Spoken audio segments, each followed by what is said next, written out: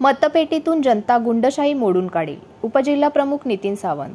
मतदारसंघातील जनतेला सर्वज्ञात ठाकरे गटाला आरोप करण्याची गरज नाही. नेरळ येथील घटनेप्रकरणी आमदार थोरवे यांनी ठाकरे गटावर बदनामी करीत असल्याचा आरोप केला आहे. पण मतदारसंघातील जनतेला सर्वज्ञात आहेत, त्यामुळे ठाकरे गटाला आरोप करण्याची गरज नाही, अशी प्रतिक्रिया शिवसेना उद्धव बाळासाहेब ठाकरे पक्षाचे रायगड उपजिल्हाप्रमुख नितीन सावंत यांनी व्यक्त केली.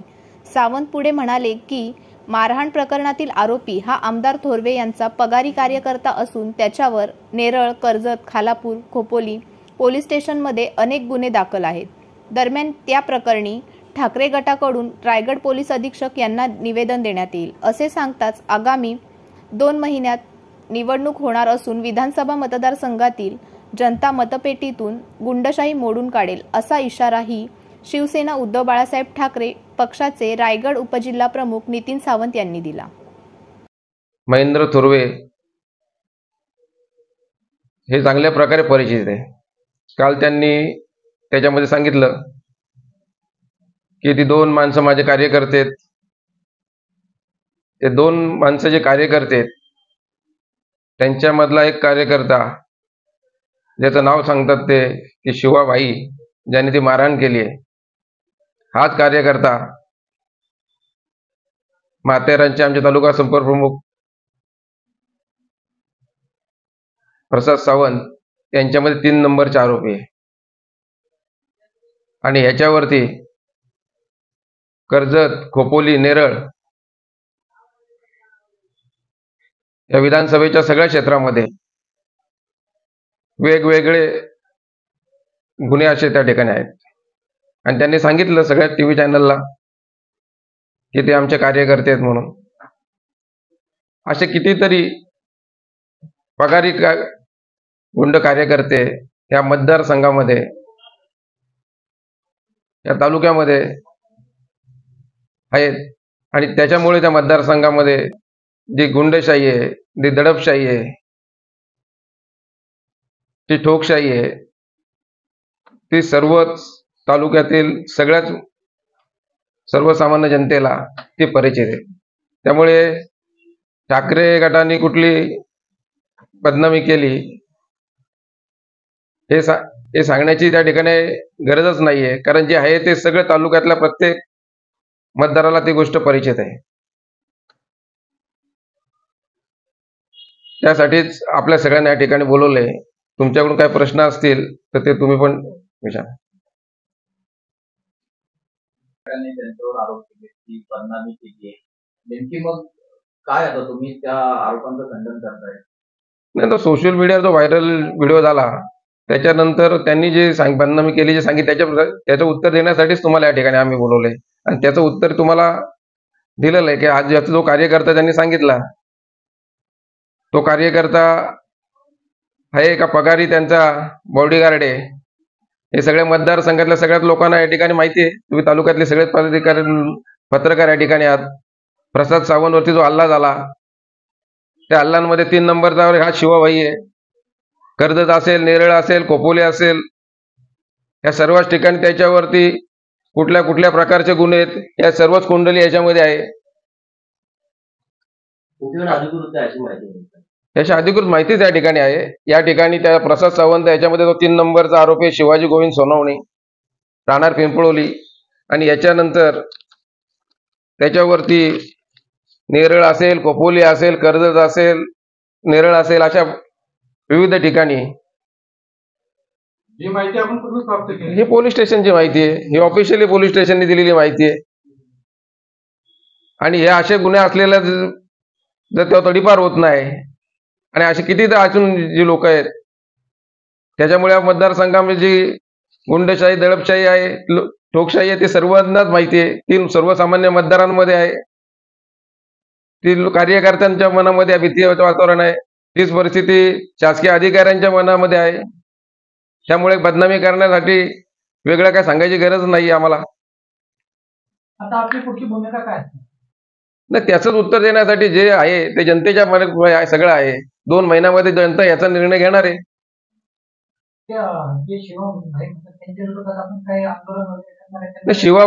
शिवाबाईसाठी रितसर त्याला अटक केलेली असं त्यांचं पोलीस स्टेशनचं मला म्हणणं आहे, तरी आम्ही आमच्या पक्षातर्फे रितसर आम्ही त्यांना कारवाई होऊन एसपीला त्याचं पत्रक देणार आहे. आणि मी देत असताना विरोधी पक्षनेत्यांचा मला सकाळी सकाळी या गोष्टीवरती फोन आलेला आहे.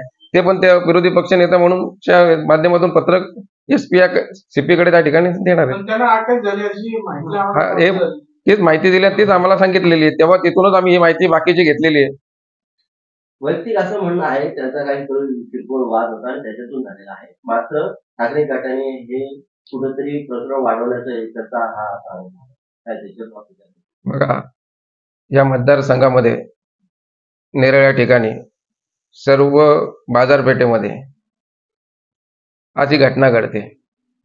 किरकोळ वादातून झाली, कशातून झाली, त्याचा सारांश काय झाला, कुठल्या हॉटेलपासून सुरुवात झाली, कुठे त्याचे नेरळला गेले, याच्यापेक्षा एक माणूस जो मारहाण करतो आणि सन्माननीय आमदार बोलतात ते माझे कार्यकर्ते आहेत, आणि हा जो कार्यकर्ता जो पगारी कार्यकर्ता आहे, यांनी 1-1.5 वर्षापूर्वी शिवसेनेचे 2 भाग झाल्यानंतर ज्या प्रसाद सावंतवरती हल्ला केला तो हाच कार्यकर्ता आहे. मग ते आज ते मान्यच करतायत, हे ते स्वतःहूनच मान्य करतात की हा माझा कार्यकर्ता आहे म्हणून. मग हाच कार्यकर्ता बरं रस्त्यात तेव्हा पण ते हल्ला करतो, आज तो नेरळच्या ठिकाणी हल्ला करतो, आणि हा कार्यकर्ता नसून हे पगारी कार्यकर्ते आहेत. आता तुम्ही सांगितले की प्रसाद सावंत यांच्यावर जो हल्ला झाला त्या हल्ल्यामध्ये हा आरोपी आहे का शिवा नावाचा जो पण त्याचं नावच तुम्हाला हे ते सोनावले का सोनावणे सोनावळे, सोनावले प्रसाद सोनावळे. तुमच्याकडून शिवसवणे. जी सोशल मीडियामध्ये जी माहिती देण्यात आली की तो आमदार महेंद्र थोरवे यांचा बॉडीगार्ड असल्याचं तुम्ही त्यामध्ये आरोप केले. पण आमदार साहेबांनी त्या आरोपांचं खंडन केले. तो मला कार्यकर्ता असू शकतो, पण तो मला बॉडीगार्ड नाही असं त्यांनी म्हटलं. बघा, सोशल मीडियाला जो ऑफिशियली व्हिडिओ व्हायरल झाला त्याच्यानंतर मी पण गणपती दर्शन घेत होतो, त्यामुळे मला कनेक्ट होता आलं नाही. त्यामुळे मला तेव्हाच त्या ठिकाणी लाईव्ह ऍक्च्युअली बोलायचं होतं, पण मला त्या ठिकाणी रेंज नसल्यामुळे मला त्या टायमाला बोलता आलं नाही. हा बॉडीगार्ड आहे का कोण आहे, तुम्ही तालुक्यातील सगळेच पत्रकार या ठिकाणी आहेत, त्यामुळे तुम्हाला सगळ्यांनाच माहिती आहे हा कार्यकर्ता आहे का पगारी कार्यकर्ता बॉडीगार्ड आहे. हे गेले 10 वर्ष असे या तालुक्यामध्ये किती पगारी बॉडीगार्ड आहेत आणि किती दहशत करतात हे सर्वसामान्य जनतेला माहिती आहे, आणि त्याचं उत्तर या 2 महिन्यात जनता देणार आहे.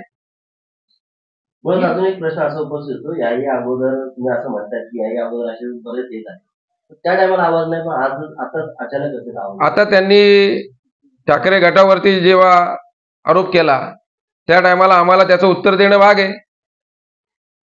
या 2 ठिकाणी या विधानसभेचं इलेक्शन या ठिकाणी आहेच. सर्वसामान्य जनता ही सुज्ञ आहे. या कर्जत विधानसभेतील प्रत्येक मतदाराला या 5 वर्षाचा प्रत्येक दिवसाचा अनुभव आहे. मग तो सर्वसामान्य जनता असेल, शेतकरी माणूस असेल, कंपनीत काम करणारा कामगार असेल, या प्रत्येक माणसाला इथली गुंडशाही, दडपशाही, ठोकशाही याचा अनुभव आहे. त्यामुळे येणाऱ्या 2 महिन्यात त्याचं उत्तर ही सर्वसामान्य जनताच त्या ठिकाणी देणार आहे. नितीन दादा, तुम्ही आता जो मुद्दा मांडलाय, पण एक नागरिक म्हणून पाहायला गेलं तर भर रस्त्यात मारहाणीच्या घटना होत्या. कुठेतरी कर्जत तालुक्यात आता कायदा आणि सुव्यवस्थेचा प्रश्न निर्माण होतोय असं वाटतंय. ही गोष्ट तुम्ही पत्रकार म्हणून पण तुम्हाला माहिती आहे की आज भर रस्त्यामध्ये भांडणं होतात, बन रस्त्यामध्ये मारामारी होते, आणि हा कायद्याचा धाक आहे की नाही अशी परिस्थिती यामध्ये आहे.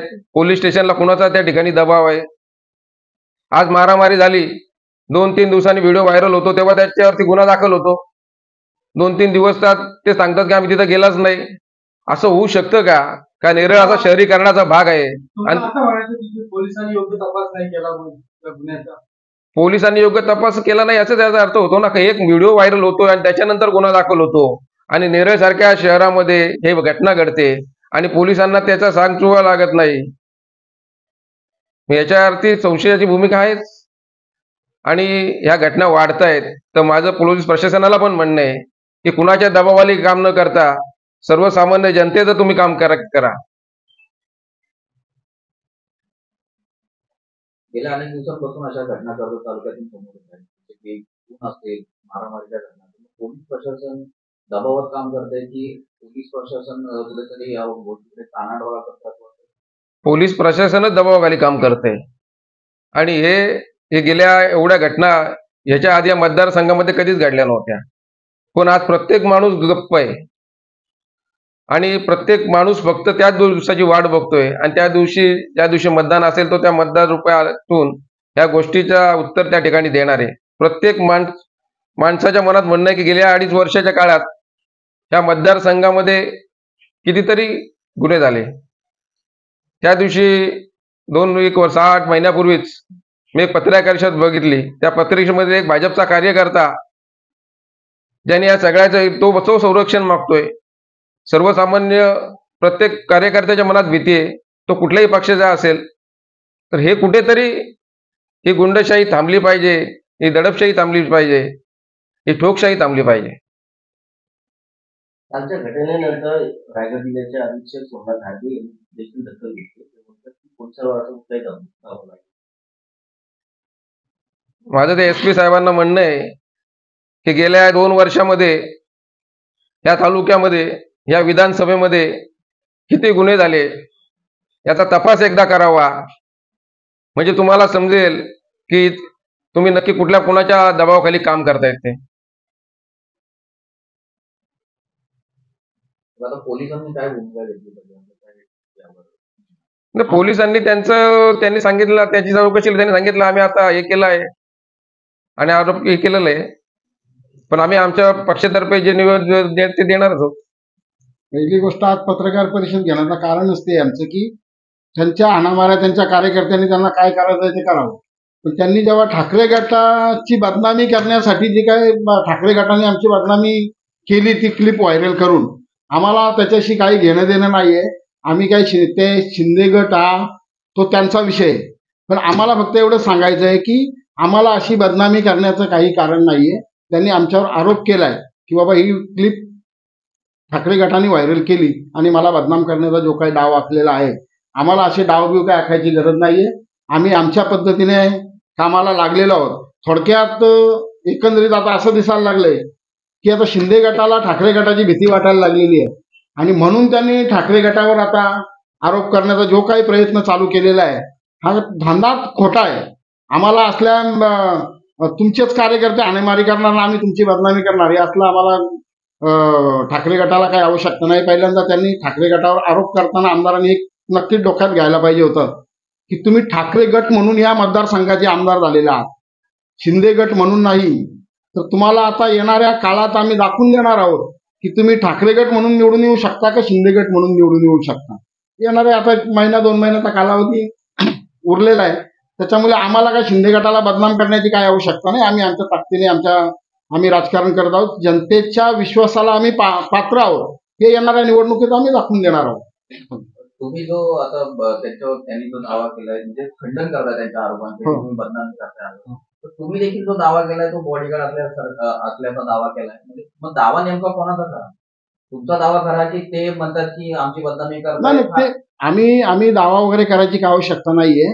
ते तुम्हाला सगळ्यांना आता मागच्या जे काय आता गुन्हे, जसं आता नितीन शेट्टी यांनी सांगितलं की प्रसाद सावंतला मारहाण करण्यामध्ये देखील ते अग्रेसर होतेच, त्या गुन्ह्यातील आरोपी आहेत ते. त्याच्यामुळे ते बॉडीगार्ड आहेत की नाही जनतेला माहिती आहे तमाम. हे सगळे पगारी बॉडीगार्ड असे अख्ख्या मतदारसंघामध्ये आहेत ते, आणि कुठेतरी दहशत माजवण्याचा काम करतायत ते. तर ते आम्ही काय सांगण्याची गरज नाही बॉडीगार्ड आहे की नाही, ते सगळ्यांना माहिती. म्हणजे ते आमदार होण्या अगोदरपासूनचा विषय आहे.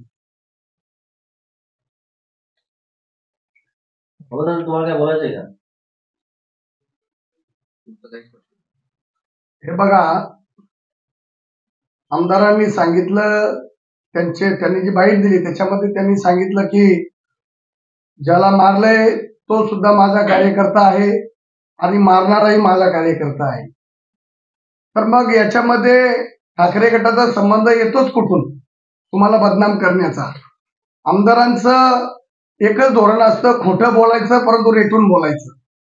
आम्ही त्यांना चांगले जाणतो, म्हणून आम्ही त्यांना या मतदारसंघामध्ये जी काही दडपशाही चाललेली आहे, असे पगारी गुंड ठेवून येणाऱ्या निवडणुकीमध्ये जनता त्यांना